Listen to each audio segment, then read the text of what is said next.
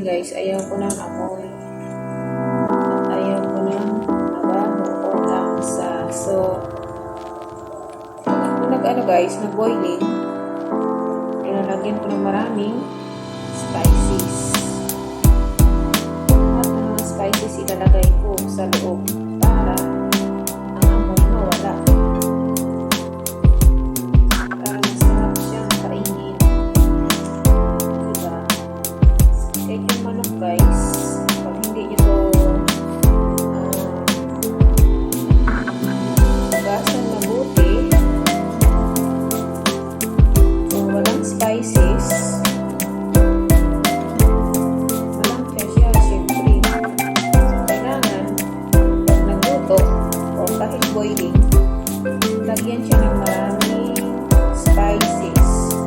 All the spices ilalagay niyo. Kasi sa Arab country kasi guys, ang dami nilang mga spices. Hindi katulad sa atin. Pero okay na din yun sa atin.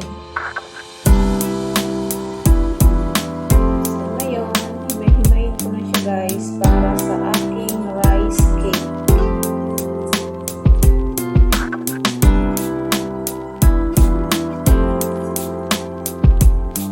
Kung gusto niyo manood sa aking rice cake guys, mayroon akong upload dyan. Doon sa Pindulo.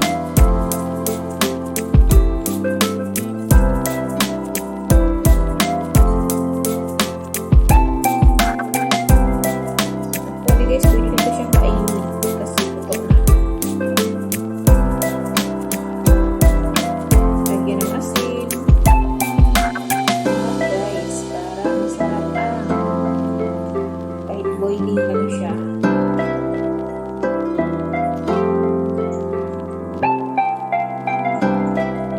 Meron akong rice cake dyan guys. Kung gusto niyo manood sa aking upload na video, tagal na yun. Hindi ko alam kung ilang months na bago ako namuli.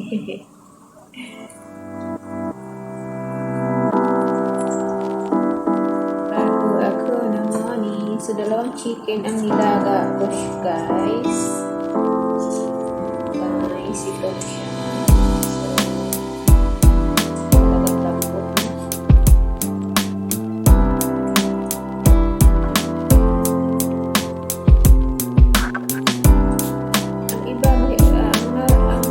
Guys, mahilig kakainin, no?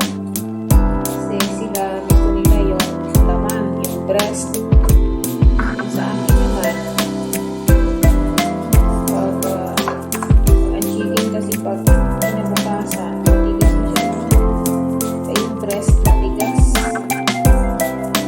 So, maganda kainin pag yung bagong luto.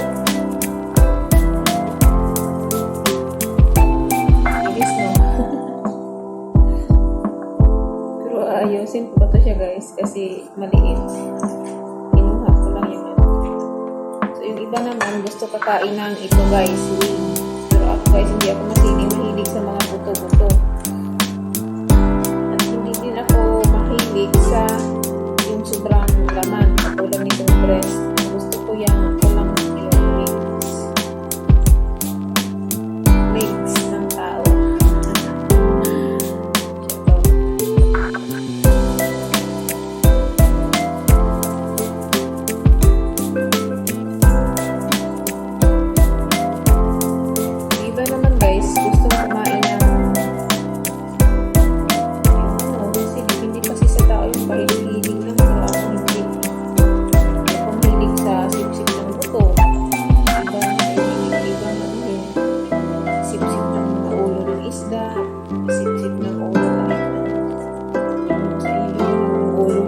Sip-sip ninyo.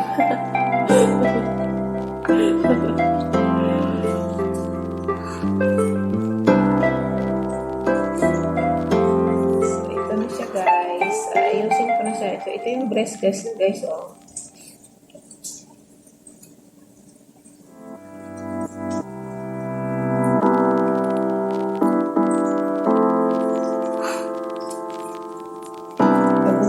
Ito yung gagawin kong rice cake guys. Pagawa kang rice cake guys,